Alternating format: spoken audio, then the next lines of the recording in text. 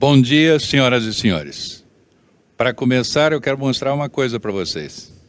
Eu tive de tirar agora, porque tenho de conversar com vocês, mas nós estamos com todos os cuidados sanitários, todos os cuidados de saúde em relação à pandemia.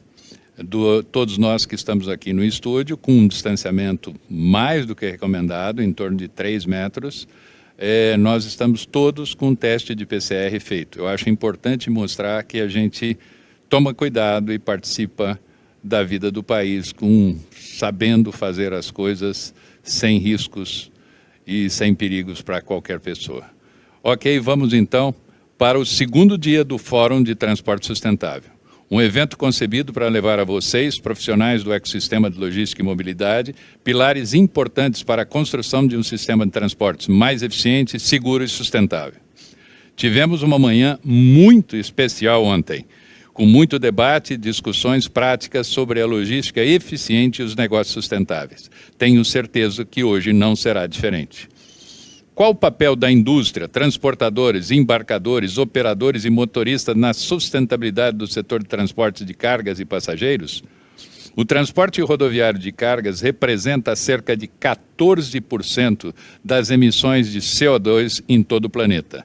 Como parte da cadeia logística e produtiva, é um setor fundamental na luta contra o aquecimento global e diminuição das emissões de gases estufa na atmosfera. O transporte também representa uma parte importante da cadeia sustentável dos embarcadores, os geradores de carga. Um processo logístico com menos emissões, acidentes e desperdício de insumos contribuirá para a sustentabilidade da cadeia como um todo. Do ponto de vista do negócio, o ESG impulsiona iniciativas nas áreas do meio ambiente, social e governança corporativa dentro das empresas. Senhores, preste atenção nessa sigla, preste atenção em ESG. É uma coisa que a gente vai ouvir cada vez mais e teremos todos de implantar, porque é o futuro e não é um futuro distante, é um futuro para começar já, é para transformar em presente. Por esses motivos, decidimos trazer o tema para discutirmos com vocês nesse evento. Tudo de forma muito prática. Convidamos expertos do mercado para apresentar seus cases, projetos, ações e metodologias que foram implantadas nas empresas de transporte e logística e que trouxeram resultados relevantes. Depois seguimos com um debate entre os participantes do painel. Por isso, a sua participação é muito importante. Use o chat para enviar sua pergunta e interagir com a gente. E mande seus comentários e impressões sobre o evento. Vamos publicá-las durante a transmissão. Nosso evento está sendo transmitido pelo sistema fechado de transmissão do Fórum e pelo canal do YouTube da NTC. Você poderá acessar nosso conteúdo posteriormente nas redes sociais do Fórum e da OTM Editora. Use a hashtag Fórum Transporte Sustentável para postar suas fotos nas redes sociais. O fórum foi idealizado pela OTM Editora e conta com o apoio importante dos nossos parceiros. Gostaria, neste momento, de chamar aqui ao palco Marcelo Fontana, diretor da OTM Editora. Marcelo, bom dia. Bom dia, Fred. Bom dia a todos que nos assistem.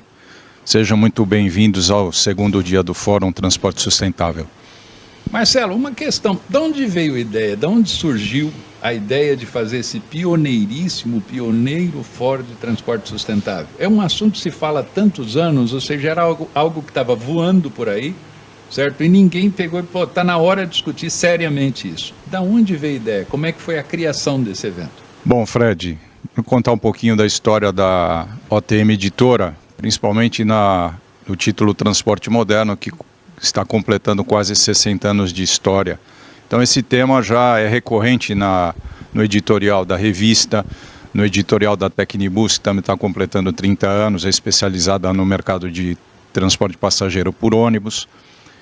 E é um assunto que cada vez vai ser mais importante destacar nas nossas publicações, né? Então a gente idealizou conjuntamente com um especialista, o Rodrigo Machado, né? Nós decidimos trazê-lo, você, para fazer parte desse time, você que é um jornalista que tem mais de 50 anos de bagagem na indústria automobilística. E juntar uma série de parceiros, de apoiadores, né, para começar a dar esse primeiro passo nessa primeira edição. A gente acredita que esse fórum vai ter uma longevidade. A gente já tem uma aliança muito forte aí com o CETCESP, a um convite do Taiguarello. Nós apoiamos e participamos ativamente do Prêmio de Sustentabilidade já há 6 anos consecutivos, né? Então, isso tudo nos encorajou a tomar a iniciativa de fazer essa primeira edição do fórum. Ok? E tivemos um grande parceiro, né? Sim, nessa sim. história. O Rodrigo Machado, eu queria chamá-lo aqui. O Rodrigo é uma pessoa um amigo, né, que se tornou ao longo desses 20 anos de Scania, agora está à frente de uma empresa de eventos e teve, né, construiu essa bagagem, essa expertise na área de comunicação e marketing e nos últimos anos aí se tornou também um expert na área de sustentabilidade. Então eu queria que o Rodrigo também contasse um pouco sobre a criação do evento. Bom dia Marcelo, bom dia Fred, bom dia público que está em casa.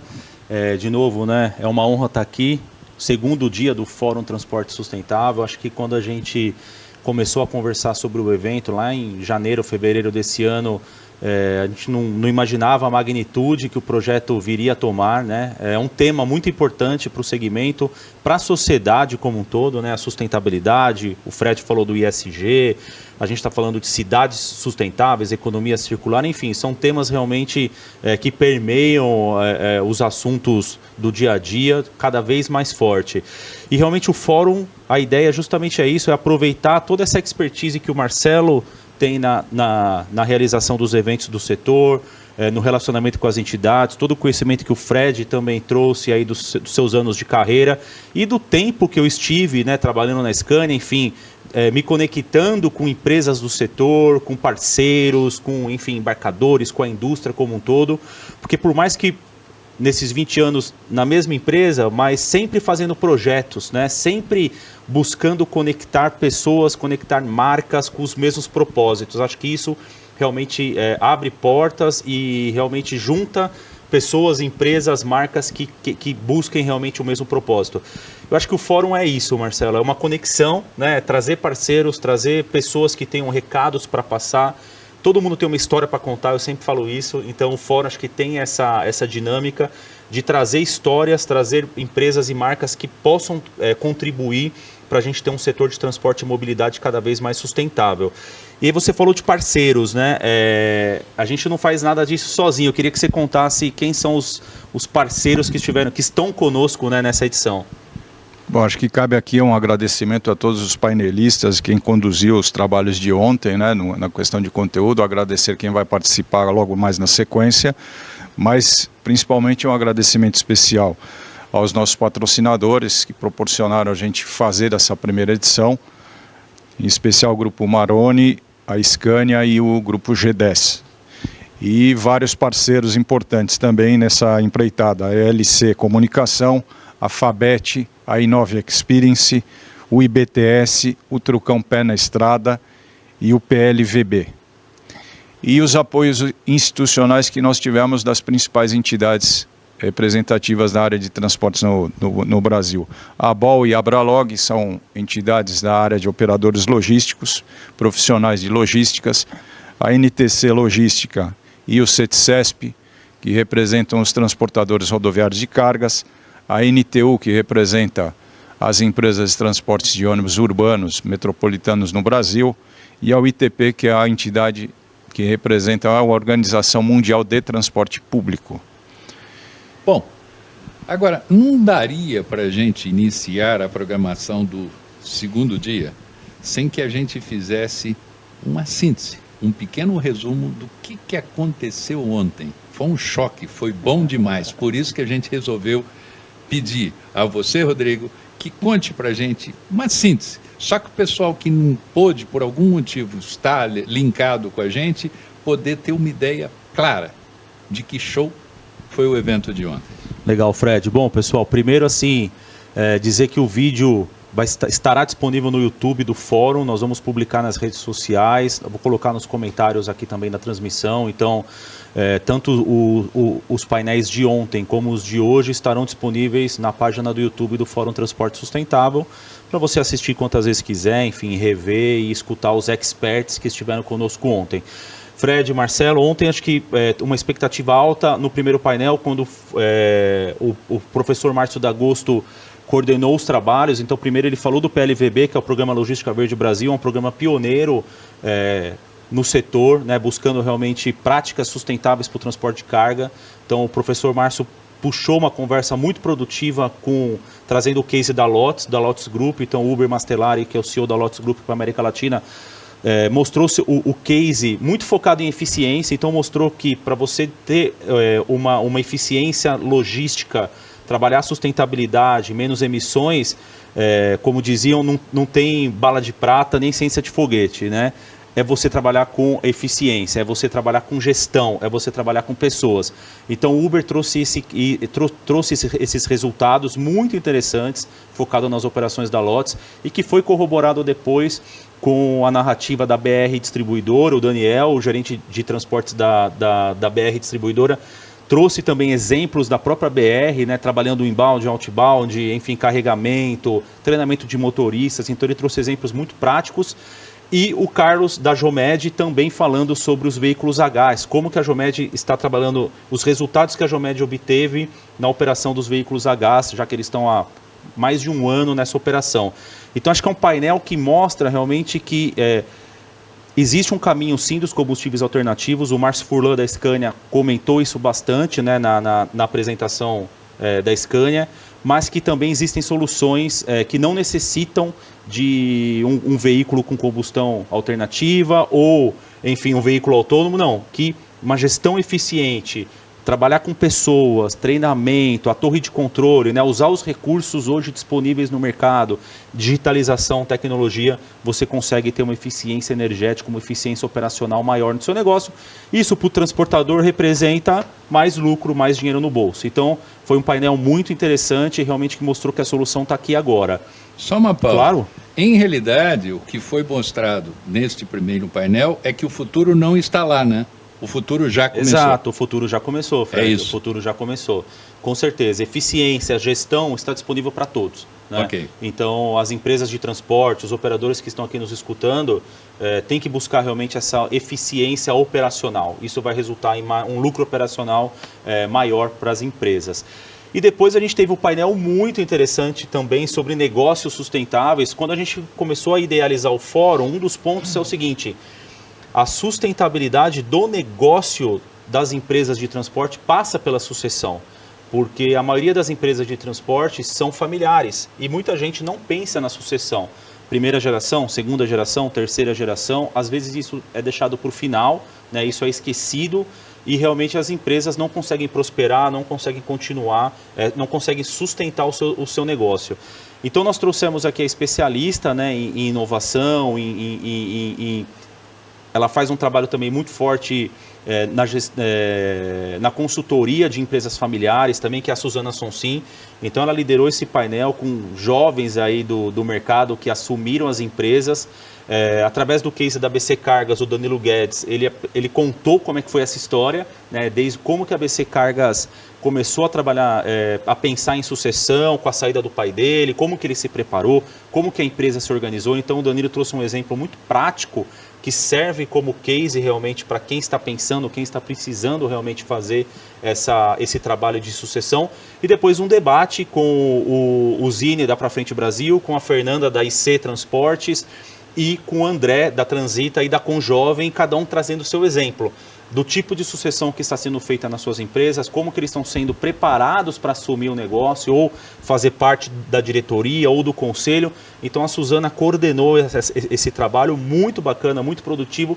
Eu tenho certeza que vai servir de exemplo para muita empresa, não só do transporte, mas empresa familiar que está pensando em fazer a sua sucessão ou que precisa começar a fazer o planejamento da sua sucessão.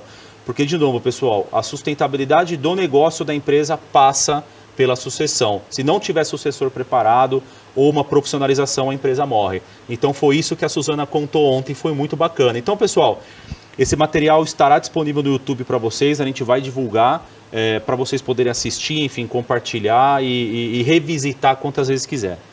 Ou seja, traduzindo, não basta ser herdeiro, não basta ser filho ou filha para ter assento no conselho, para ter assento na direção executiva da empresa. Fred, exato. E ontem eles trouxeram exemplos muito claros sobre isso, foi muito legal. Certo. Bom, e com base no evento de ontem, que foi todo esse sucesso que você relatou sinteticamente para a gente, qual a expectativa para a programação de hoje? Bom, hoje a gente tem o tema, né, o Marcelo é bem familiarizado, né, Marcelo? A gente vai falar bastante de mobilidade, então um tema muito... que está na pauta já há algum tempo, que é a mobilidade como serviço. Então, trazer essa mobilidade sustentável, pensar a mobilidade para cidades, né, para cidades aqui e agora, como aplicar isso. Então, a gente vai ter um debate muito interessante puxado aí pelo Claudio Sena Frederico. Vou deixar ele apresentar os painelistas para vocês. E depois a gente vai ter um painel falando sobre motorista. Então, assim, qual a importância desse profissional para um transporte seguro, em primeiro lugar, um transporte mais eficiente e mais sustentável. Então, de novo, né, quando a gente começou a desenhar o fórum, a gente quis trazer o tema do motorista, que é um profissional muito valorizado, muito importante, um profissional que as empresas têm que valorizar cada vez mais, só que a gente fala pouco dele. A gente fala pouco em como ajudar, em como treinar, em como qualificar. E para isso a gente trouxe também um case muito bacana da Transpanorama, e é um painel que vai ser mediado pelo Pedro Trucão, talvez aí o maior expert do setor, né, em motoristas, nas estradas, aí o Trucão que vive com o pé na estrada. Então eu tenho certeza que hoje a gente também vai ter uma discussão bem produtiva e com bastante resultado prático aí para quem estiver assistindo.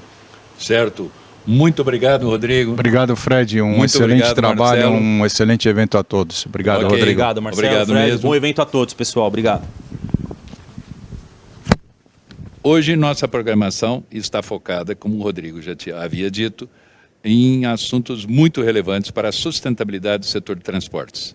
Mobilidade inteligente e sustentável e o papel do motorista no transporte seguro, eficiente e sustentável. Bom dia, pessoal. Vamos dar início ao primeiro painel do fórum, segundo dia. O caso da AMAS, Mobilidade como Serviço, Desafios e Oportunidades. E para moderar os trabalhos nesse painel, quero convidar o professor Claudio Sena Frederico, vice-presidente da NTP. Cláudio, bom dia. Bem-vindo ao nosso painel. Bom dia, Fred. Um prazer. Obrigado por aceitar liderar esse tema tão importante para a cidade e para as pessoas. Seguimos com você. Bom trabalho. Obrigado. Deixa eu apresentar os painelistas, e é importante, nós temos um bom conjunto de painelistas. Primeiro, o Edmundo Pinheiro, que é diretor da URB, Mobilidade Urbana e HP Transporte, e membro do Conselho Diretor da NTU, figura relevante em Goiânia e no panorama geral da mobilidade urbana. Em segundo, o Dimas Barreira, presidente executivo do Sindiônibus do Ceará, e também do Conselho Diretor da NTU. E, finalmente, o Pedro Palhares, gerente-geral da Movit no Brasil, que todos conhecem exatamente pelo uso do aplicativo para se orientar no transporte público. Vamos começar, eu vou ser o apresentador do primeiro painel, eu estou meio chutando e agarrando no gol também, então vamos começar dizendo o seguinte, o MAS tem começado a aparecer, assim como as coisas tipo mobilidade por demanda e outras coisas, mas eu tenho um receio que o MAS seja interpretado como a solução para o problema do transporte. Não é a solução.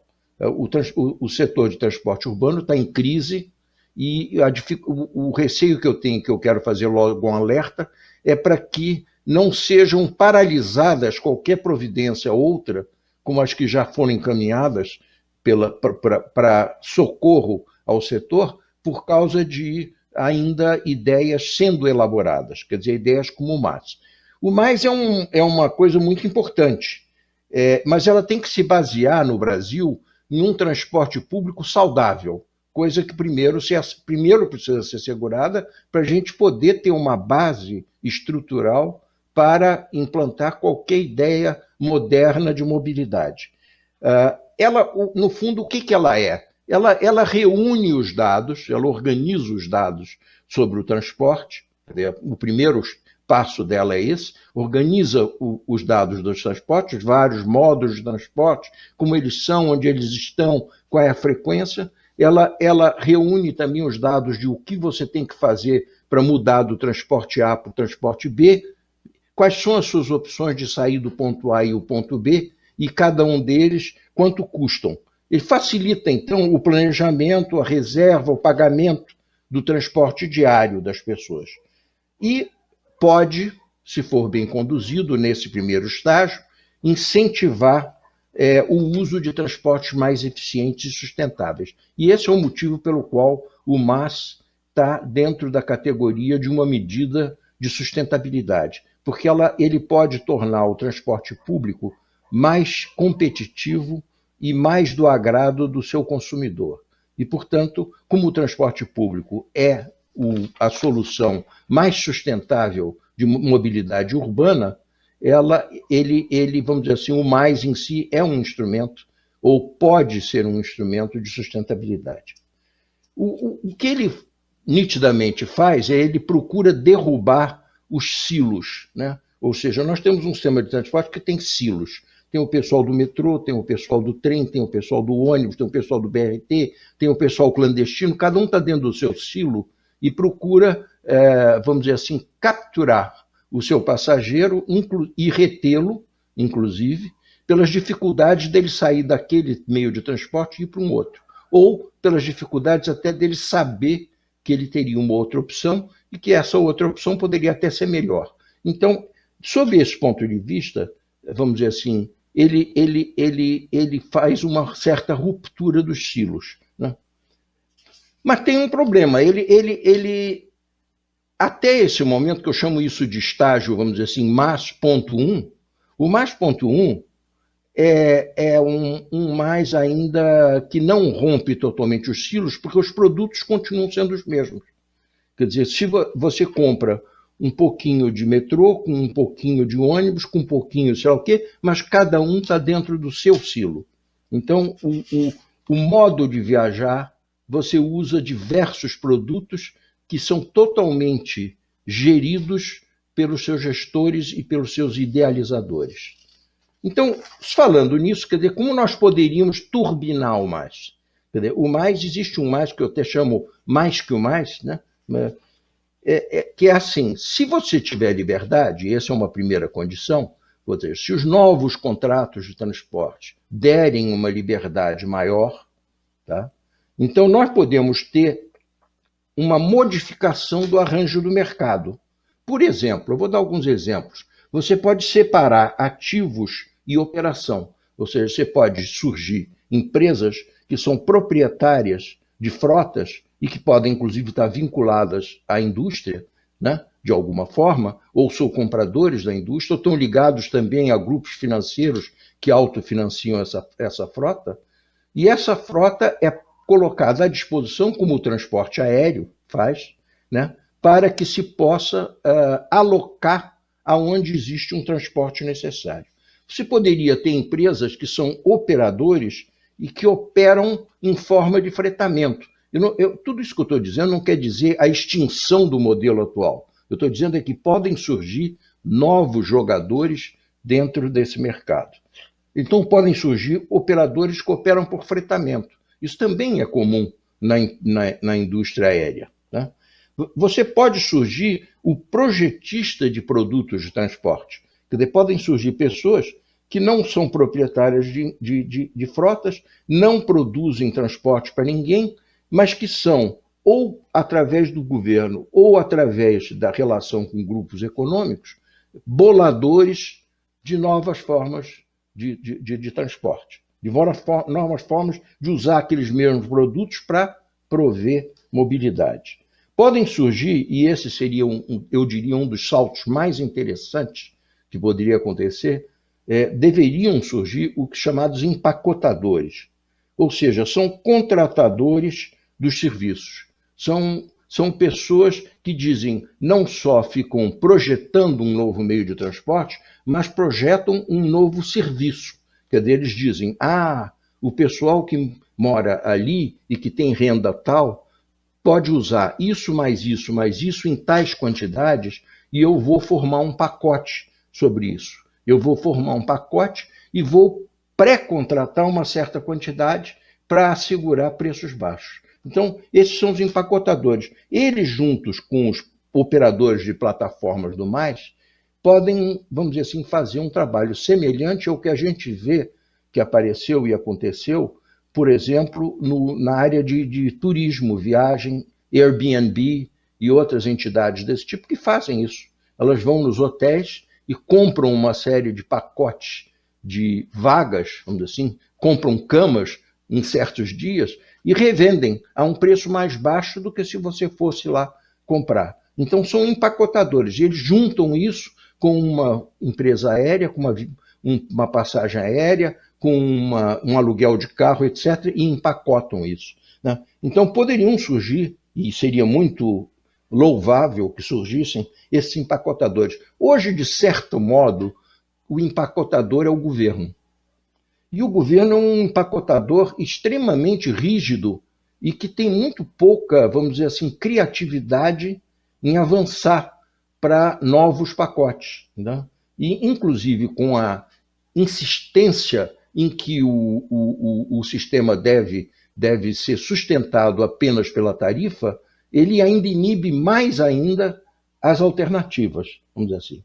Poderiam surgir os corretores de pacotes, as pessoas que no final saem por aí vendendo aos outros, por exemplo, o programa, como os programas de TV a cabo ou os programas de comunicação, de música ou o que seja. Quer dizer, corretam tudo isso que eu falei e ainda vão tentar obter pessoas que queiram fazer assinaturas. Novamente, feito eu digo, isso não elimina outras formas de se usar o transporte. Isso acrescenta a possibilidade de você ter a sua solução de transporte parecido com os celulares. Quer dizer, você tem um pacote que te dá tantos minutos de graça, tantas viagens dentro incluído no pacote, tantas não, tais tipos de serviços incluídos e outros não, e vai encarecer o pacote ou baratear o pacote.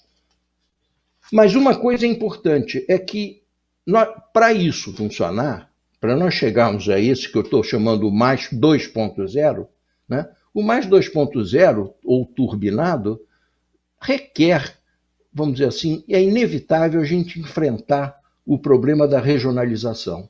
Quer dizer, é difícil você imaginar uma solução dessas, por exemplo, em São Paulo, sem você considerar não só a região metropolitana como toda de São Paulo, mas a ligação com Campinas, que já é outra região metropolitana, a chegada dos ônibus que vêm pela Dutra para chegar também a São Paulo, ou que vão passar por São Paulo e vão para Curitiba.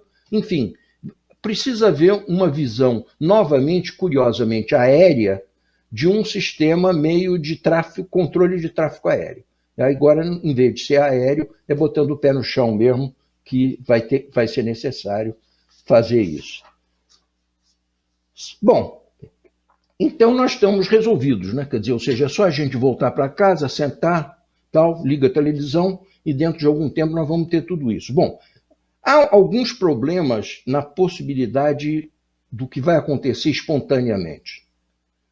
Se houver só aquela liberdade que eu falei ali, só aquela liberdade, algumas coisas isso esbarra em algumas dificuldades.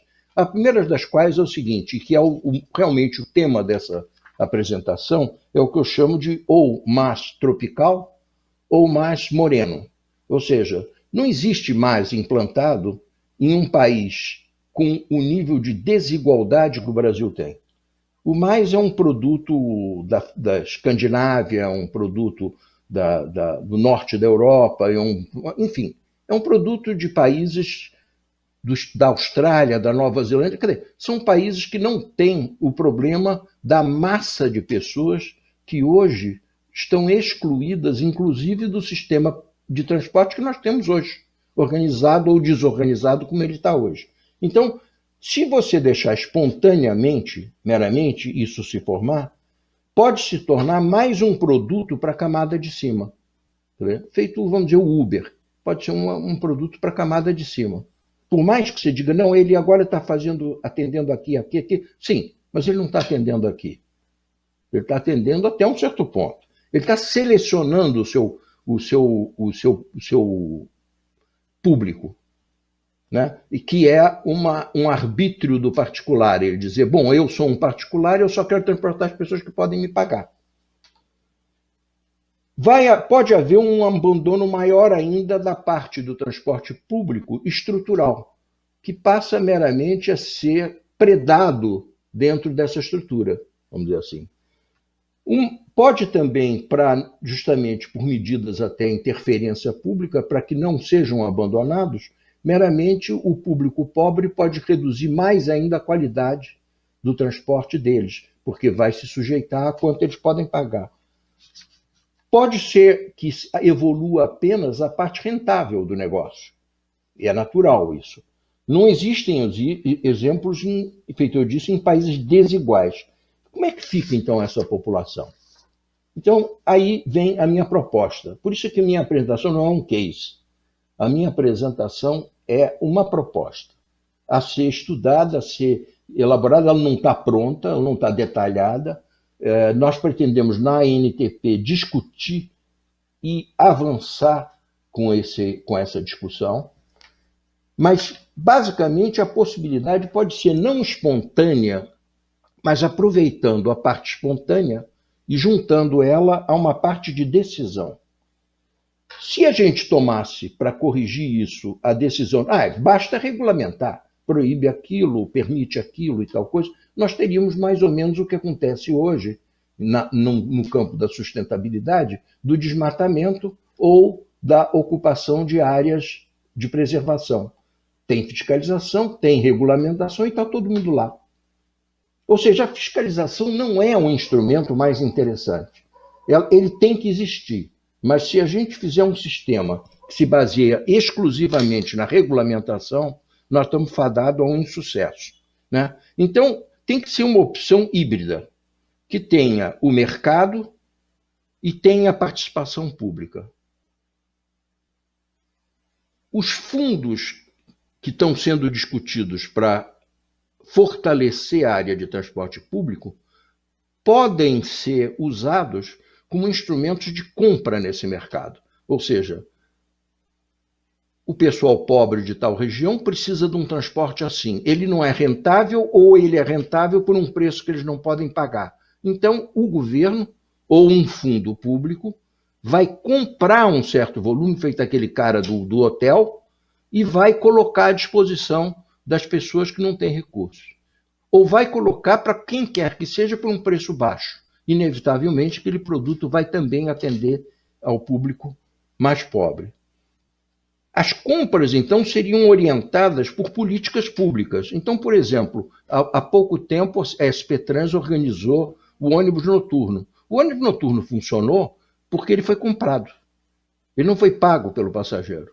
O poder público, a Prefeitura de São Paulo, através da SP Trans, pagou o serviço de ônibus noturno. Se você acha que o pessoal acima de uma certa idade deve viajar de graça, ele pode ser comprado dentro dos pacotes do MAS, né? Os direitos comprados, então, seriam revendidos e podem ser revendidos, deveriam ser revendidos, inclusive com perda. Quer dizer, se o poder público comprou, é porque ele via uma necessidade social nisso, ou uma necessidade de uso do solo nisso, ou eu vi uma necessidade de proteção ambiental nisso, ou vi uma necessidade, seja o que for, mas ele não é para ter lucro. O fundo público que faz isso não é para ter lucro. A vantagem desse sistema híbrido é o seguinte: o mercado garante a inovação, garante o investimento e garante a qualidade, né? A compra pública garante o transporte que todos precisam, todos incluindo aquelas pessoas que não existem lá na Finlândia. Então, basicamente, esse seria o MAS moreno, MAS tropical, né? Que a gente pretende desenvolver e que no mundo inteiro está começando a ser, vamos dizer assim, discutido. Tem grupos, tem teses, tem universidades estudando o que eles chamam de MAS para países em desenvolvimento, que é um bonito nome, né? Mas que esconde o fato que é o MAS para países que têm muitos pobres, né? Então, vamos dizer assim, esse seria um MAS que, ao mesmo tempo, ajudaria a resolver o problema estrutural do transporte, ajudaria a resolver o problema social, ambiental, de sustentabilidade das cidades, ajudaria a configurar as cidades de uma forma mais saudável e, finalmente, até mesmo fomentaria a rediscussão da questão regional, da regionalização do transporte. Então, eu encerro rigorosamente dentro do meu tempo alocado o meu moreno aqui, a minha solução morena, né? E convido o Edmundo a ser o comentarista dessa proposta. Bom dia a todos. Obrigado pelo privilégio de iniciar o debate, Cláudio. Eu acho que vou começar pedindo para o Marcelo Fontana, já para programar um novo fórum para a gente debater essa questão. Estou achando que os 45 minutos que a gente vai ter aqui vão ser pouco, haja vista todo o debate que você provocou na sua fala.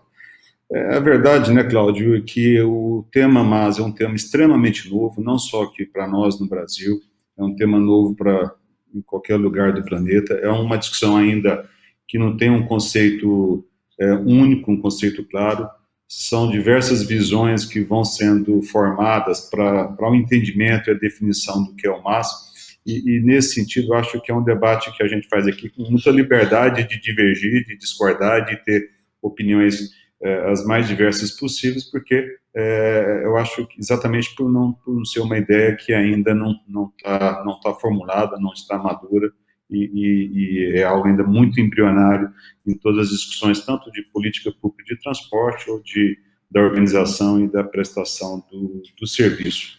Mas eu vou tentar aqui contribuir com o debate, tentando, às vezes, até trazer um pouco de uma visão diferente para favorecer o debate e ajudar aí o Dimas e o Pedro a nos ajudar na construção dessa discussão.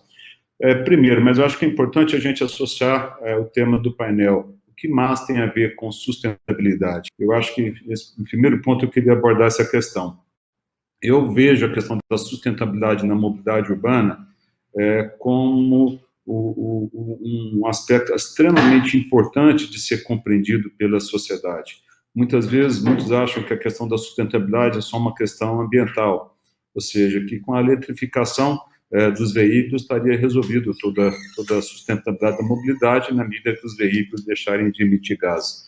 Mas, a bem da verdade, a questão da sustentabilidade é muito mais ampla, porque tem a ver também com a questão da ocupação dos espaços públicos, que é um recurso até mais finito do que a questão meramente ambiental e atmosférica. Como também a questão de eficiência de custos. Você falou uma coisa muito importante, a mobilidade, para ela ser sustentável, ela tem que ser uma mobilidade para todos, ela tem que atender a todos os segmentos sociais, a todas as necessidades de deslocamento, não apenas uma parcela da população. Então, eu entendo que mobilidade sustentável é exatamente aquela mobilidade que somente é proporcionada pelos transportes públicos coletivos. Eu não conheço, não entendo que existe outro caminho para a busca de uma mobilidade sustentável que não seja da promoção, do desenvolvimento de um transporte coletivo, de um transporte público, ou seja, um transporte que seja voltado coletivo. E, nesse sentido, ele coloca como que o MAS promover e favorecer esse transporte sustentável. Eu acho que a resposta já fica na minha colocação anterior, praticamente, pois eu entendo que se o MAS ele é uma estratégia, ele é um instrumento de promoção, de valorização do transporte coletivo, do serviço público, ele pode ser, sim, uma estratégia que responda a uma mobilidade mais sustentável. E eu acredito nisso. Eu sou daqueles, já tenho defendido isso em diversos debates como esse já há alguns anos, de que a inovação que o MAS tenta expressar, ela pode ser um verdadeiro instrumento de transformação da forma que o nosso transporte está estruturado, na forma que ele está organizado. E aí eu até começo com uma discussão. Será que no momento em que a gente está assistindo a maior crise da história do transporte público coletivo, não só no Brasil, mas no planeta, no momento em que a gente está assistindo uma profunda desestruturação das nossas redes de transporte que foram edificadas ao longo de quase meio século, quase um século, né? Será que faz sentido falar de uma inovação como essa, uma inovação que está muito associada à inovação tecnológica? E eu quero defender que sim, porque eu acho que mais do que nunca, o que o setor que precisa, o que nós precisamos buscar, é exatamente uma profunda transformação na maneira em que a gente não só organiza e presta o serviço, mas na maneira em que a gente utiliza e a experiência que a população tem ao usar os nossos serviços. Então, eu acredito que o MAS, ele pode sim ser uma estratégia adequada para promover o transporte público coletivo, mesmo no momento de uma crise como essa decorrente dos efeitos da pandemia, porque ele nos aponta um caminho de transformação, de mudança, de repensar a maneira em que a gente organiza. E é sobre isso que eu quero me apoiar. Mas antes disso, eu quero rebater, Cláudio, uma colocação que você fez. Sempre que a gente fala de inovação, a gente já viveu isso no passado em outras discussões voltadas à inovação do transporte coletivo, a gente fica sempre com um certo preconceito que aquilo que é aplicado no exterior, nos países mais desenvolvidos, não se aplica nos países menos desenvolvidos ou com a população mais carente como a nossa. E eu penso que não. Eu acredito que a inovação ela é totalmente aderente e aplicável à nossa realidade. Diria até o contrário. Países pobres como os nossos, que têm ainda serviços não tão bem qualificados como nos países ricos, são serviços que, sim, exigem mais carga de inovação, exigem uma política de tornar o nosso serviço mais acessível, e eu acredito que essa solução, ela pode também gerar a inclusão social, ela pode ser voltada para atender a todas as camadas da população, especialmente a população de baixa renda, que é a população hoje que é dominantemente atendida pelas redes de transporte coletivo. E o que tem a ver essa ideia, portanto, de como tropicalizar o MAS para o Brasil? É verdade que o MAS ele tem que ser customizado, ele tem que ser personalizado para cada realidade, para cada necessidade. Eu diria que o MAS ele deve ter sempre como foco exatamente a compreensão e o entendimento das necessidades das pessoas, e nesse sentido, todo o desenho da aplicação do conceito de MAS tem que ser associado às necessidades locais, às necessidades de cada região. Mas isso é possível, e, na verdade, o fato de você ter uma solução na Finlândia, baseada em uma determinada plataforma tecnológica, ela pode ser aplicada e desenhada para a necessidade brasileira, atendendo as condições sociais, especialmente do que a gente encontra no país. Um outro aspecto que eu acho importante ser colocado é que o MAS está sendo muito defendido, visto apenas como uma integração de modos de serviços de transporte, sejam modos coletivos, sejam modos individuais, sejam serviços públicos, sejam serviços privados, né? E, na verdade, o que eu vejo o MAS, ele muito mais como uma mudança do modelo de negócio ou na forma em que você entrega e torna acessível o serviço, e você aí sim reúne e complementa as diversas opções de transporte. Na minha visão, é uma plataforma que integra esses diversos serviços, mas é uma solução que permite, num único modelo de negócio, você vender o serviço como se fosse um serviço único. E aí sim, você vai ter os serviços privados funcionando como serviços complementares aos serviços tradicionais, aos serviços coletivos, que indubitavelmente, né, eu entendo que qualquer solução de transporte, o transporte coletivo, o serviço público, ele sempre ainda vai continuar sendo a espinha dorsal de qualquer solução, e ele vai estar na base estruturando as soluções de massa, sendo os novos serviços sob demanda, os serviços de mobilidade ativa, mesmo mobilidade compartilhada, eles são serviços que vão apenas complementarem a rede de transporte público. Eu acho que é importante a gente ter um conceito que a gente possa defender como nosso. Eu tenho visto diversas declarações de massa, mas, particularmente, eu acho que, para a nossa realidade, a gente tem que enxergar o MaaS como uma solução tecnológica por meio, né, da digitalização dos serviços de mobilidade, que deve englobar tanto o legado do transporte coletivo e como os novos serviços de compartilhados, como serviços sob demanda e de micromobilidade. Esses modos coletivos, né, individuais, públicos ou privados, deverão, assim, estar conectados, consolidando uma multimodalidade por meio de uma rede, né, diversificada de serviços de mobilidade na qual as pessoas devem o coração desse ecossistema. Essa conceituação é uma tentativa de tentar trazer para a nossa visão aquilo que pode ser trabalhado em termos de desenvolvimento do MaaS para a nossa realidade. Mas eu queria só alimentar inicialmente essa discussão, e eu acho muito importante ouvir aí a visão do Pedro Palhares, que a gente sabe que a MUFT está discutindo e está vivendo experiências em várias localidades, e como também o Dimas, que enfrenta juntamente comigo todas as dores que o transporte público está sofrendo nesse momento e que já vinha sofrendo de um longo tempo, exatamente em função de um modelo na qual o serviço está sendo contratado e prestado, que talvez esteja na causa raiz das dificuldades que a gente tem enfrentado hoje. E nesse ponto eu quero só fazer um adendo adicional. Quando eu falo que o MaaS pode ser uma estratégia de transformação, eu vejo muito essa transformação como modelo de negócio.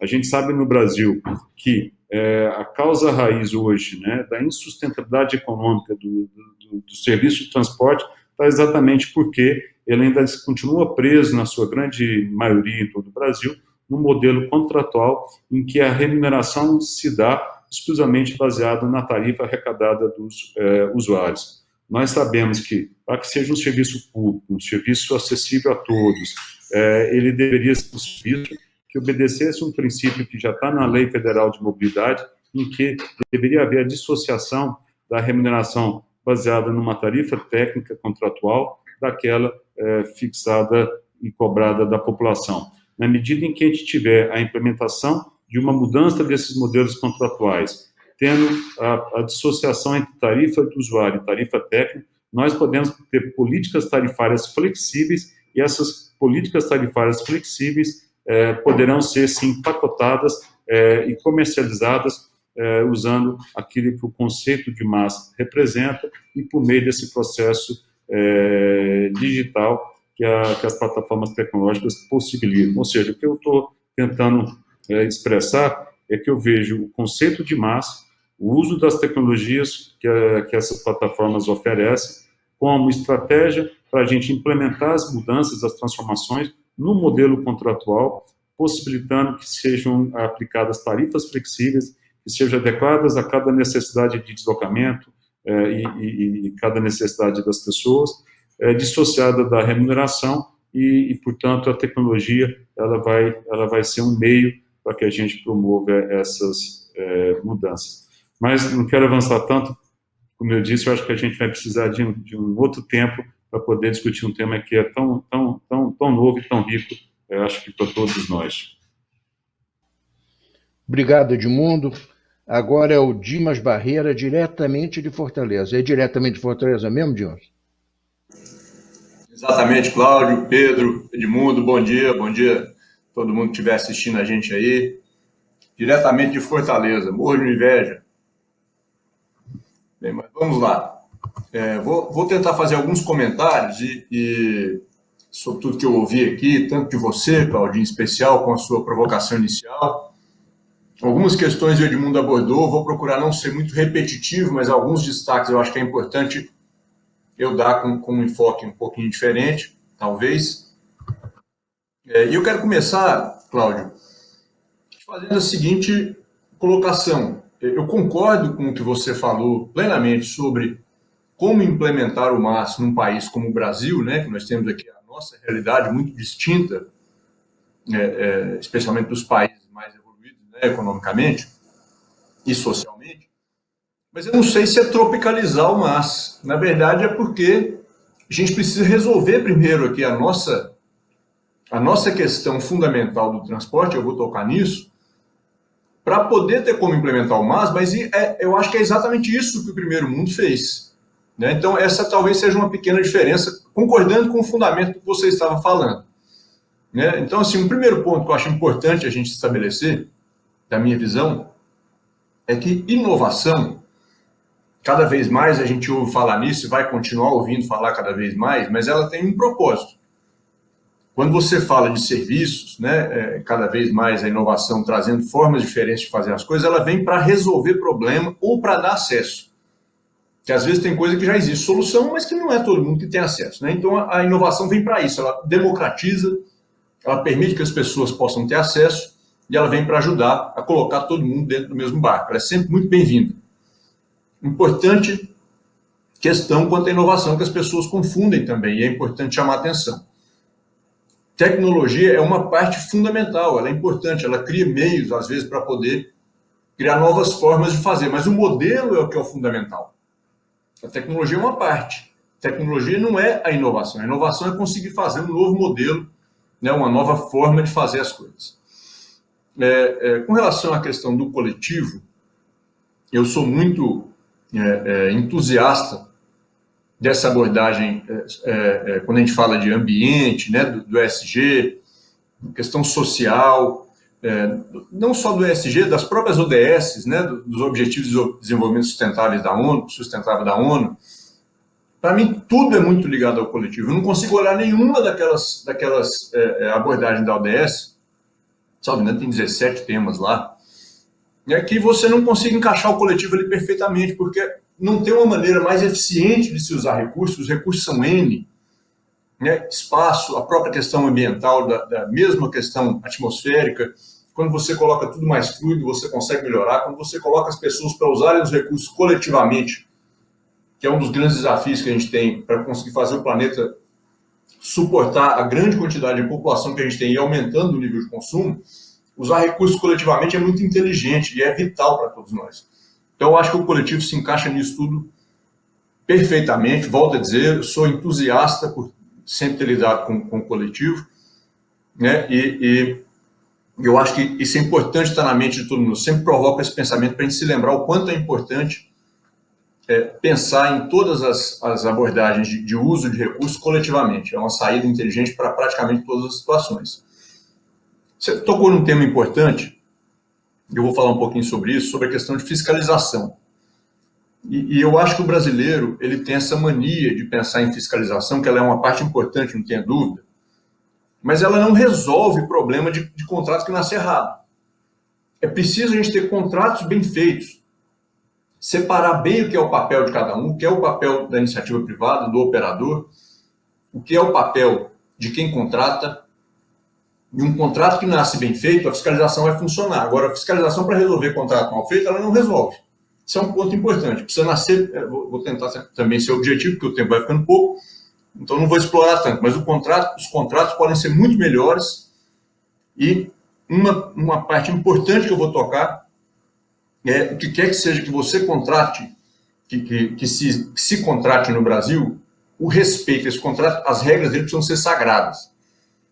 Porque a insegurança que se tem ao contratar no Brasil cobra muito caro e não só encarece o serviço, como ocasiona que a gente não possa, que grande parte do que é contratado não aconteça e que não se possa inovar. Nós vamos falar rapidamente sobre isso.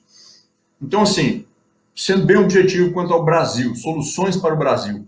salvo uma ou outra cidade, para mim são muito poucas, solução de cidade média e grande no Brasil é ônibus nas suas diversas classes. Nós temos aqui em Fortaleza desde sprinters de 15 lugares até articulados, né? Então vamos falar de 15 a 200 pessoas, quanto mais classes melhor, para você poder planejar e usar bem a rede de transporte da melhor maneira possível, mais eficiente possível. É ônibus e transporte ativo, caminhada, bicicleta, etc. O individual ele tem um papel importante sim, mas é muito pequeno. Também não vou me aprofundar tanto, fico à disposição para debater em outras oportunidades, mas é a maneira que eu vejo de se fazer qualquer coisa que funcione e que consiga ser acessível, universal, bem planejada, que possa implementar as políticas públicas, é dessa forma, sendo muito objetivo. Ônibus e transporte ativo, com uma pequena participação no transporte individual. Até porque você tem estratificações que vão muito distante na população e você precisa contemplar também essa questão. A barreira de todas as inovações, Cláudio, e os demais, aí, na minha visão, no Brasil, é uma só.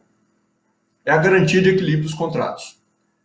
Quando você tem contratos devidamente equilibrados, respeitados nesse sentido, você consegue separar as decisões, você consegue ter um ambiente em que as decisões políticas são separadas das decisões técnicas, porque durante muito tempo eu vi erros nesse sentido, querendo que as decisões políticas fossem técnicas, e não é assim. Não dá para ser assim. Então é preciso separar. O Edmundo falou uma coisa muito importante, que é separar o que é a tarifa de uso e o que é a tarifa de remuneração do serviço. Porque daí você mantém nas mãos do contratante, de maneira límpida, transparente, clara, o poder de implementar as políticas públicas, porque isso é uma discussão política. O que é que eu quero para a minha cidade? Todo mundo vai pagar menos, porque eu quero estimular mais o uso do transporte coletivo? Ou uma parte das pessoas vão pagar menos? É preciso que exista facilidade para se tomar essas decisões e tirar essa ilusão que tanto prejudicou o Brasil de que seria possível se criar um transporte que se pudesse fazer uma política pública baseada em tarifas autossustentáveis, inclusive suportando outras políticas públicas, né? Criou-se gratuidade N no Brasil, sem nem critério socioeconômico e sem fonte de custeio, ou seja, colocou o vizinho para sustentar e ninguém sabe quem é esse vizinho que está usando. Muitas vezes é uma pessoa que está desempregada, indo procurar emprego e está pagando a gratuidade de uma pessoa que tem casa própria, que está fazendo universidade particular. Né? Então criou-se distorções terríveis que precisam ser corrigidas. Contrato público, que é no ponto ainda que eu estou tocando, é importante entender isso. A gente está falando de serviço público. Ele é um monopólio estatal. É monopólio mesmo, mas não é do operador, é estatal. Todos os poderes são do contratante. Tem uma palavrazinha que eu aprendi há um tempo no direito, que é o contrato sinalagmático. O contratante diz tudo. Não dá para se pensar que aquilo é um mercado do operador, porque o contratante diz quem paga, quanto vai ter de serviço, que tipo vai ser o serviço, qual a qualificação desse serviço, mais ou menos ônibus, que tipo de ônibus, etc. Tudo é o contratante que diz. Então não dá para você pensar que o contratante vai dizer qual é o nível da oferta, qual é a qualificação dessa oferta, quanto paga e quem paga, e que aquilo é um mercado. Não é. O único direito que deveria ser sagrado do operador para que ele possa investir é o equilíbrio desse contrato. Então a discussão técnica é diferente de qual é a tarifa. Ela é quanto custa esse serviço que o poder público está determinando que seja feito. E aí você vem para outra discussão de quanto é a tarifa que vai ser cobrada e como é que equilibra isso. Né? Você falou numa questão importante, Cláudio, da questão de financiamento, da questão de frota, por exemplo, né? E é muito importante tocar nisso. Por que surge essa percepção de que alguém comprar os ônibus e colocar para operar num sistema tipo fretamento pode ajudar? Na minha opinião, com todo respeitosamente aqui, discordando um pouco de você nesse sentido, mas entendendo o motivo, é porque justamente existe essa tendência de desrespeitar contratos. Nós nunca tivemos problema de financiamento. Essa é uma solução para um problema que a gente não tinha. Só que o que a gente quer quando a gente separa? É dizer o seguinte, pronto, alguém fica com o custo econômico, né, com depreciação, com custo de capital, e aí isso tem que ser respeitado por um contrato à parte. Agora, é importante entender, esse problema não existia e isso aumenta custo. Né? Você tem uma série de problemas aí quando você separa. Uma solução que se tenta dar para não enfrentar, na minha visão, muitas vezes pode ser não é que é esse o objetivo, mas acontece que ela meio que aparece como um atalho para enfrentar mais rapidamente essa questão, mas a gente precisa ir no cerne da questão, que é o equilíbrio. Resolvendo ele, a gente resolve tudo. E é imperioso resolver. Nesse momento especial de pandemia, está mais claro do que nunca. Acho que eu estou ainda dentro do meu tempo, vou caminhando aqui para a parte final. Falando aqui um pouquinho de inovação, né, nós temos aqui um serviço em Fortaleza, que é algo mais para a gente colocar dentro do nosso MAS. E agora eu vou falar só de MAS. A gente tem o serviço coletivo sob demanda. Como é que eu apresento o serviço coletivo sob demanda aqui?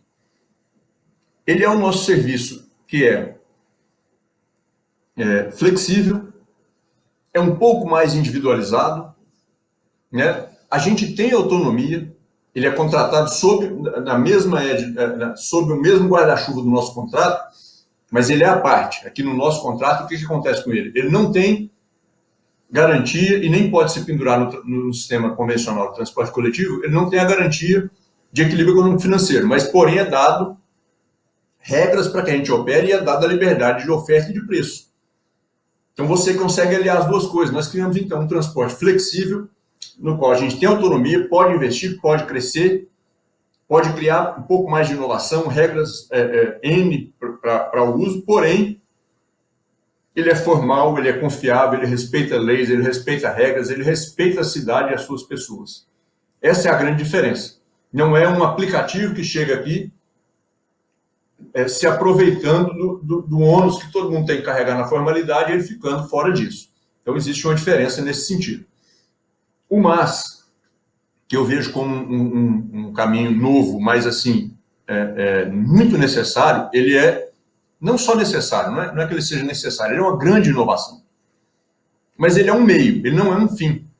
Né? Você precisa ter boas opções de transporte para que elas possam harmonicamente se integrar, intermodais, e ter ali uma plataforma tecnológica que nos ajude a fazer disso as melhores experiências de deslocamento. Né? Então é importante entender isso. Eu não estou aqui tentando implementar o MAS como um fim para o transporte da cidade, e sim como um meio a mais de melhorar a mobilidade.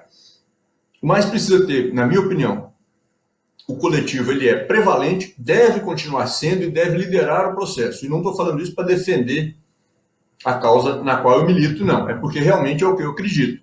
É o que funciona para a cidade. Os demais, eles vão se acoplar. Assim como o próprio serviço flexível, né, que a gente tem aqui hoje, que vai crescer, essa é a tendência, mas a espinha dorsal, aqueles deslocamentos de maior distância, que acontecem todos os dias em horários muito semelhantes, eles vão continuar existindo e é importante para a cidade que a gente consiga dar, então, um deslocamento em meios mais eficientes, né, veículos adequados à demanda e à distância de cada linha. É preciso ter cuidado com as armadilhas.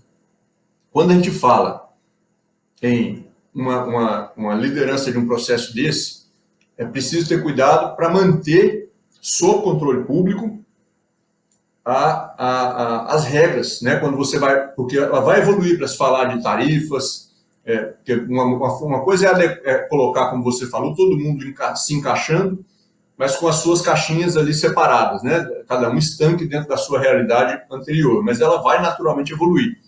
E é importante evitar a armadilha de que depois que domina o mercado, se estiver fora da minha mão a decisão, de repente você perde a capacidade de ter como premissa no serviço de transporte público a universalidade.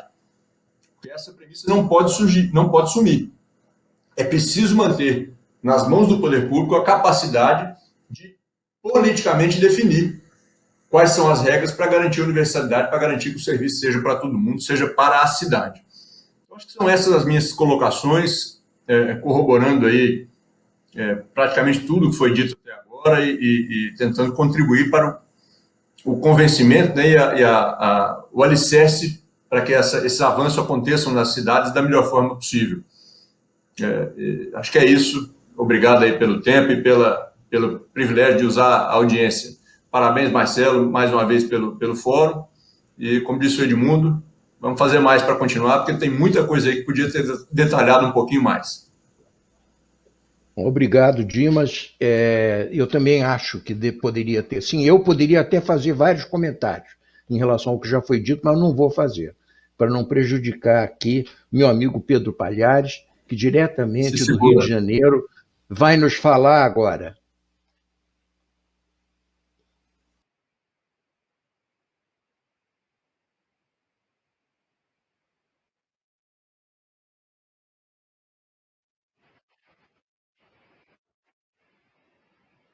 Perdão, pessoal. Bom dia. Bom dia, pessoal. Desculpa, meu áudio fechou aqui sem querer.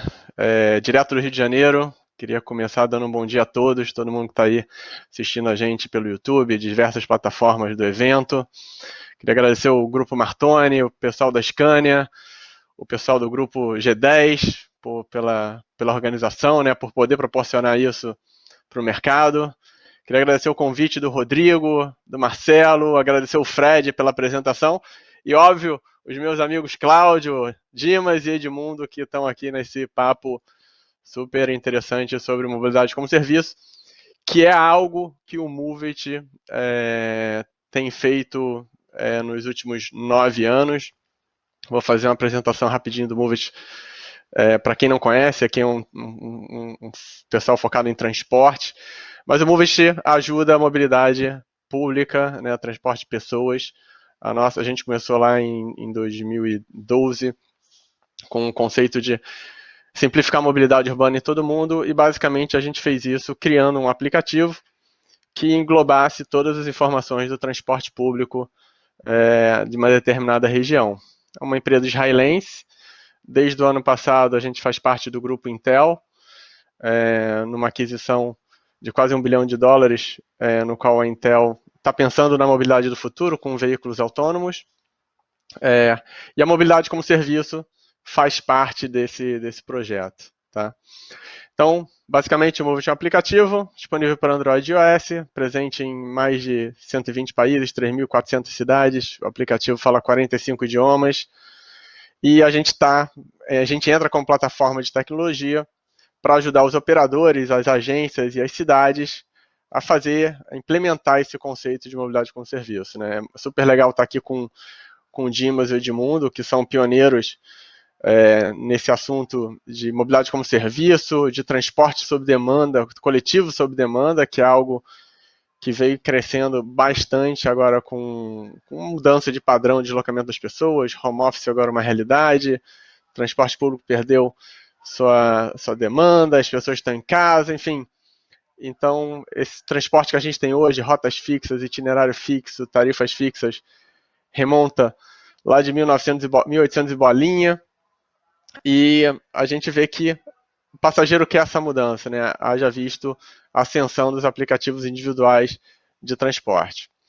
E o Moovit entra com uma tecnologia, o Edmundo comentou que a tecnologia não copiar o que tem nos países de fora, né, nos mais ricos, mas o que a gente tem aqui no Moovit como experiência é que a tecnologia funciona melhor nos países, vamos dizer assim, subdesenvolvidos, né, aqui na parte de baixo, né? O Brasil é um dos maiores mercados do Moovit, a América Latina é um supermercado, porque a gente não tem, vamos dizer assim, um sistema de transporte tão assertivo. E quando você põe a informação na mão desse passageiro, ele acaba confiando naquele sistema, né? Quando você tem uma informação em tempo real, que hora seu ônibus vai chegar em cada ponto, né? E o Moovit faz isso com maestria, né? Você fala, o ônibus vai chegar agora 10h15, o ônibus passa às 10h15, por mais que o sistema continue mesmo, a tecnologia ajuda a trazer uma percepção de tecnologia,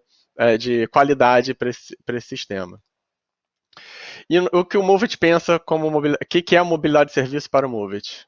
A que a gente chama de one-stop shop para a mobilidade, né? Um único aplicativo, um único lugar onde você vai consumir toda a mobilidade de uma cidade, seja ela a mobilidade ativa, né, caminhada, né, 30% das viagens são feitas a pé, seja ela bicicleta compartilhada ou privada, seja ele o patinete, o transporte público em geral, ônibus, trem, metrô, BRT, VLT, barcas, transporte individual também faz parte, os táxis, e agora essa questão do transporte coletivo sob demanda, como o Dimas comentou. Então, o Moovit, como plataforma, ajuda as cidades a fazerem isso. E a gente tem um caso super legal, que vale a pena comentar aqui, com uma empresa chamada Quebec nos Estados Unidos, que é um dos maiores operadores de transporte, de tecnologia para transporte na América do Norte.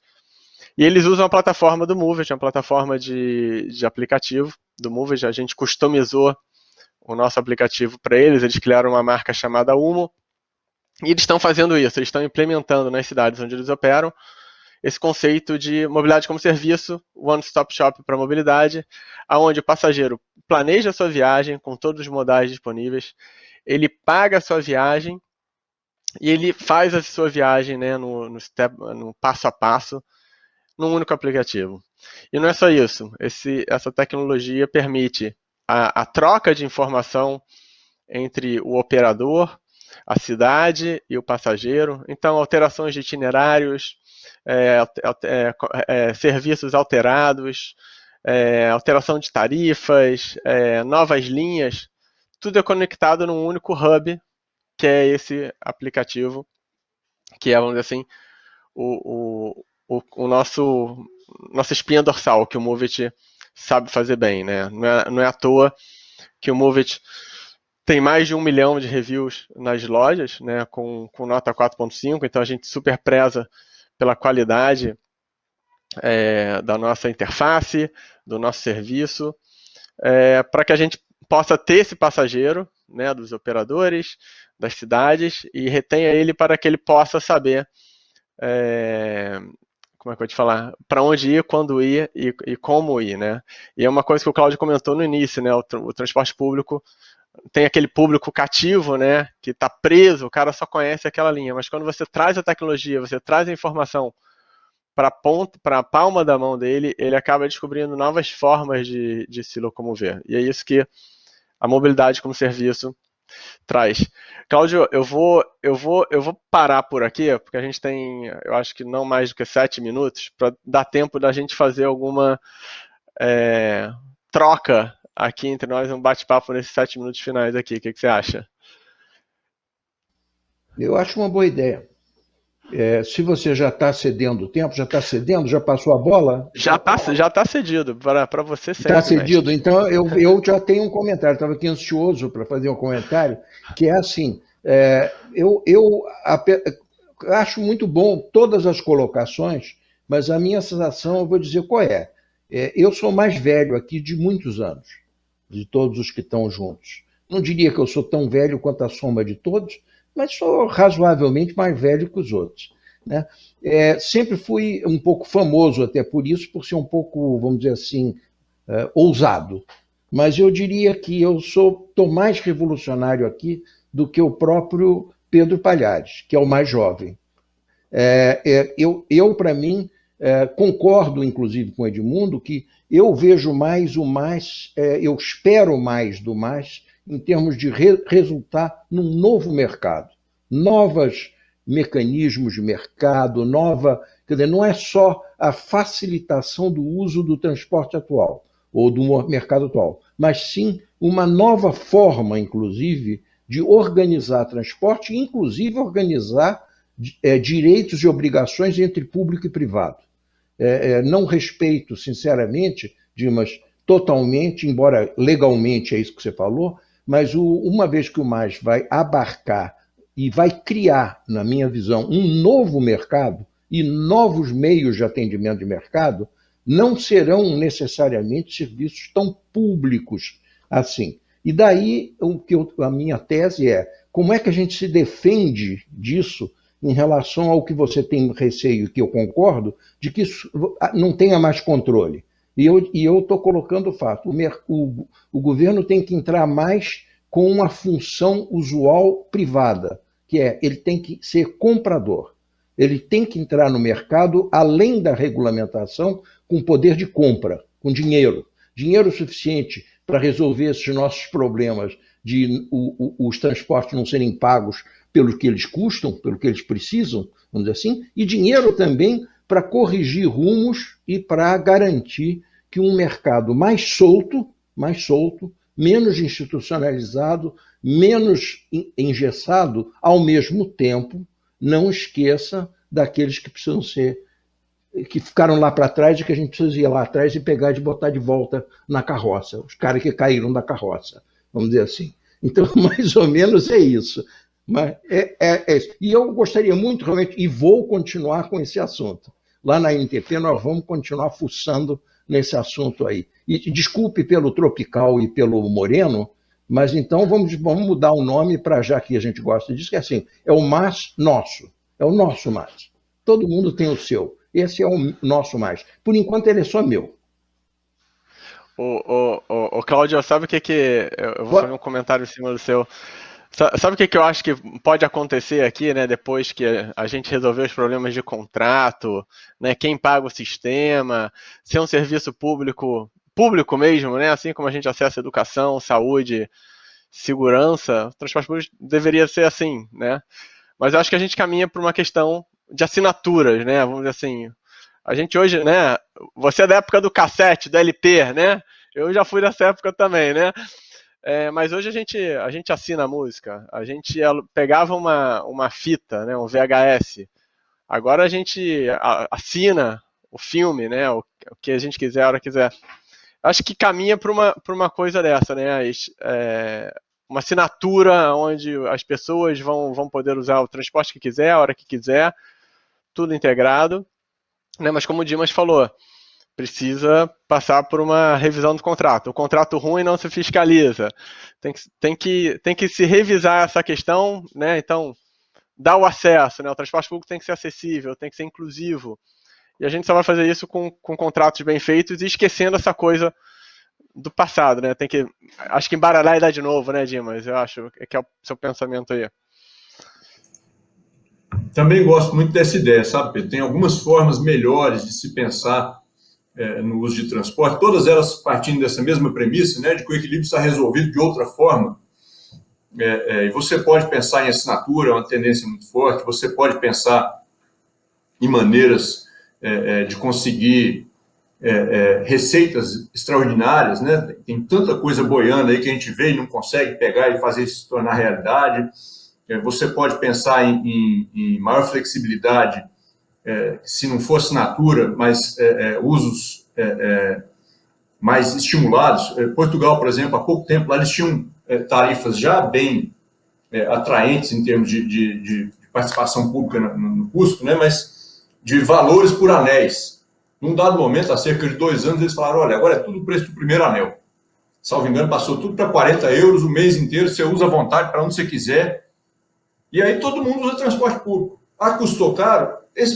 Todos os investimentos que eu já vi falar em transporte público, salvo se for um investimento muito mal feito, todos eles voltam a muito curto prazo. Né? Então, recurso tem. É preciso reconhecer isso que você falou, o status, né, de serviço essencial e também essa inteligência de apostar no retorno, né, fazendo bem feito o retorno desses investimentos. Mas eu gosto muito da ideia de assinatura também. Acho que a gente caminha para acontecer dessa forma em algum momento. Deixa eu trazer uma novidade para todos. Na cidade de Goiânia, nós estamos em um processo muito adiantado de discussões e desenvolvimento entre as concessionárias e o poder público, exatamente para implementar uma nova política pública de tarifação, está sendo chamada de política de tarifas flexíveis, e na qual o principal produto tarifário desse processo é exatamente uma assinatura de transporte, em que vai permitir o livre uso da rede de transporte apenas com um pagamento mensal. Mas não é só isso. Na verdade, será um conjunto de produtos tarifários, cada um voltado para estimular a demanda, incrementar a demanda, para tornar o serviço mais acessível e para tornar o transporte público mais competitivo. Eu diria que esse vai ser o embrião do nosso MAS. Mas para que isso seja viabilizado, o caminho que está sendo nesse momento discutido é exatamente uma adequação dos contratos de concessão em obediência aos princípios que estão já desde 2012 no artigo 9º da Lei Federal de Mobilidade, que exatamente possibilita a dissociação entre tarifa de remuneração e tarifa pública. Esse processo, ele vai ser exatamente, ele visa, né, não só dar uma resposta aos impactos que o transporte está sentindo em razão da pandemia, mas, na verdade, vem de uma visão mais de longo prazo que a gente já vinha observando da perda de competitividade e atratividade do serviço de transporte coletivo. Esse modelo vai possibilitar também, sob demanda que nós já temos em Goiânia, mas outros serviços privados dentro do conceito de mobilidade compartilhada e dentro também do ecossistema que envolve micromobilidade e mobilidade ativa. Então, essa é uma referência que a gente vai poder estar afirmando que, sim, é possível implementar novos modelos no Brasil e modelos que sejam uma política para todos. Mais do que um serviço público universal, mas que seja uma solução para as cidades em termos de mobilidade. Mas sempre acreditando que a estrutura básica de qualquer solução de transporte, ela tem que ser baseada em modos coletivos e nos serviços públicos. Portanto, o transporte público coletivo, ele deve continuar sendo grande protagonista desse processo. É isso que a gente acredita, é isso que a gente defende, e nesse sentido, a parceria com as empresas de tecnologia é muito bem-vinda, porque elas são os meios que vão nos permitir construir essas aplicações, essas inovações que respondem às necessidades das pessoas, mas também com uma visão de cidade, com uma visão de política pública, de uma cidade melhor para todos. Muito bom, Edmundo. Desculpa, Cláudio. Fico super feliz de escutar essa novidade aí do Edmundo. E, como você sabe, né, o Movit está à sua disposição para implementar essa sua visão aí de mobilidade do futuro aí em Goiânia, que seja modelo para o Brasil e para o resto do mundo, né, também, né? Quem sabe um dia a gente não tem uma assinatura de vida na cidade, quer dizer, que vá muito além meramente do transporte público, que comece até pela segurança, emprego e etc. Quer dizer, ou seja, se você viver nessa cidade, é um sistema meio medieval. Se você viver na minha cidade, você, portanto, terá tudo isso aqui à sua disposição, né? Essa é uma utopia. Não estou ainda nem propondo isso. Esse é meramente uma utopia. Usado como você disse. Olha, eu agradeço a todos aqui. Cláudio, só uma pequena, viu, Cláudio? Só uma interrupção. Eu estou aqui hoje em Brasília e eu vim entrando naquela cidade, tinha um engarrafamento de caminhões. Aqui meu escritório fica bem na entrada, que é uma chegada de caminhões. E eu estava fazendo uma reflexão sobre o nosso painel de mobilidade como serviço para uma mobilidade sustentável, né? Imagine nós que se todo o transporte de carga fosse feito por automóveis e não por caminhões. Cada pacotinho de carga fosse movido por um automóvel individualmente. Como é que estaria o tráfego das nossas cidades? E essa analogia é importante porque muitos ainda acreditam que é possível uma cidade que cada um se desloque por um modo individual. Então, eu trago essa analogia com o transporte de carga, até aproveitando aqui o nosso patrocinador, apoiador. É uma boa analogia, Edmundo. Boa analogia. Eu vou devolver agora ao Fred, agradecendo a todos aqui e também agradecendo ao OTM pela essa oportunidade de lançar o meu mais. Até que ele se torne o nosso. Obrigado a todos. Fred, está devolvido.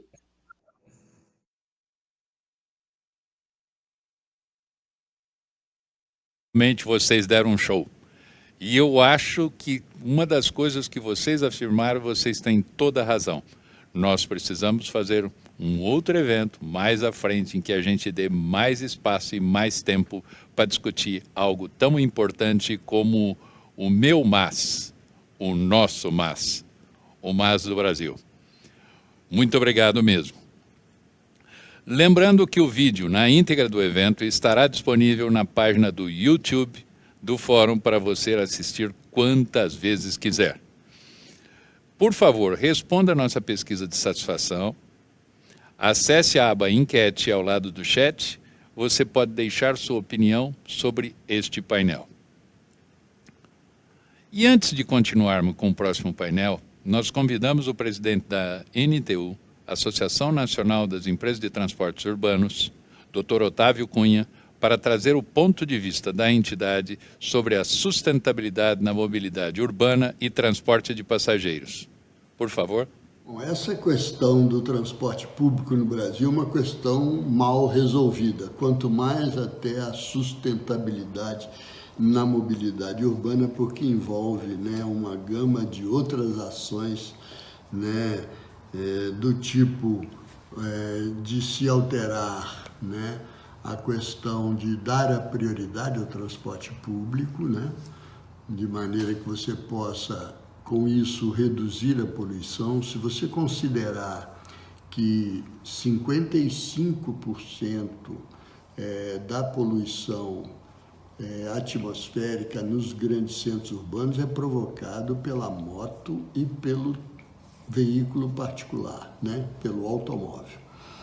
O ônibus responde por menos de 6% dessa poluição por passageiro transportado. Portanto, a falta de políticas públicas, né, de transporte coletivo é um dos fatores que implica, né, nessa questão da poluição ambiental nos grandes centros. Dando-se prioridade ao transporte, é possível se reduzir as emissões consideravelmente, sem até precisar de se pensar em veículos, ônibus elétricos, por exemplo, que seria a situação ideal, mas que está longe da nossa realidade. Por outro lado, também, a forma hoje como o serviço está organizado, né, ele mesmo não se sustenta, porque a população reclama da sua qualidade, reclama do alto preço das passagens, que né, a passagem paga é a única forma de financiar esse serviço, diferentemente do que o resto do mundo adota, né?